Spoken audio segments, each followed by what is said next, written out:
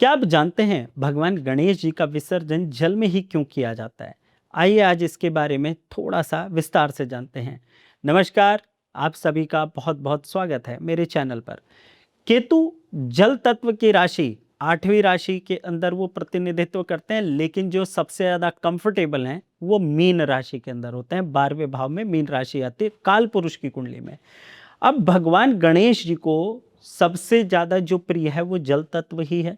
जब भी आप अपनी लाइफ में बहुत सारी चीज़ों को इकट्ठा कर लेते हैं और जब आप वो इकट्ठा करते हैं और वो दुख, दर्द और तकलीफ देने लगती है, तो केतु उन सब से आपको मुक्त करने के लिए आते हैं, आपको उन सब से फ्री करने के लिए आते हैं।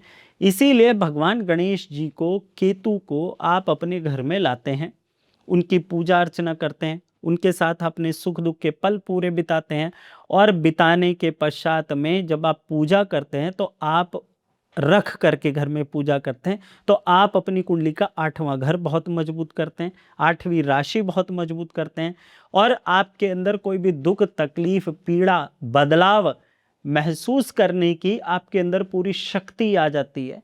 फिर उसके बाद आप उसे आसानी से, बदलाव को महसूस करके आप उसे अच्छा कर सकें।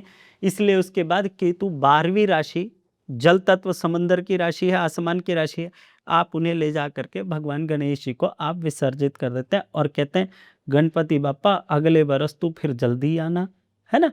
और गणपति बप्पा मोरया, आप फिर से अगले साल जल्दी आना। तो जब आप पूरे साल भगवान गणेश जी की आप इस आशीर्वाद से आप पूरा समय बिताते हैं, उसके बाद फिर जब गणपति विसर्जन का समय आता है फिर लाते हैं, तो ये इसलिए आपसे पूरे चक्र में करवाया जाता है जिससे आप अपनी लाइफ में किसी भी एक जगह पर अटके नहीं। कोई भी आपके जीवन में दुख, तकलीफ, पीड़ा हो, भगवान गणेश जी आते हैं, विसर्जन होता है, वो बार बार यही दिखाना चाहते हैं कि देखो आपकी लाइफ में, हम सबकी लाइफ में सब किसी का आना जाना लिखा हुआ है। ये टेम्परेरी सुख है, टेम्परेरी दुख है, परमानेंट तो मैं हूँ। भगवान गणपति जी है ना।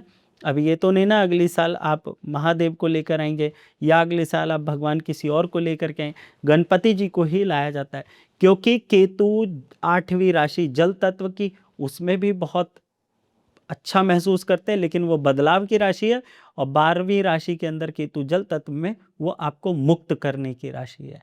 तो इसीलिए आपको मुक्ति का पाठ सिखाने के लिए आपको वो आते हैं और फिर आते हैं और आते रहेंगे। इसीलिए जानकारी कैसी लगी मुझे कमेंट में ज़रूर बताइएगा, लिख दीजिएगा। गणपति बप्पा मोरया।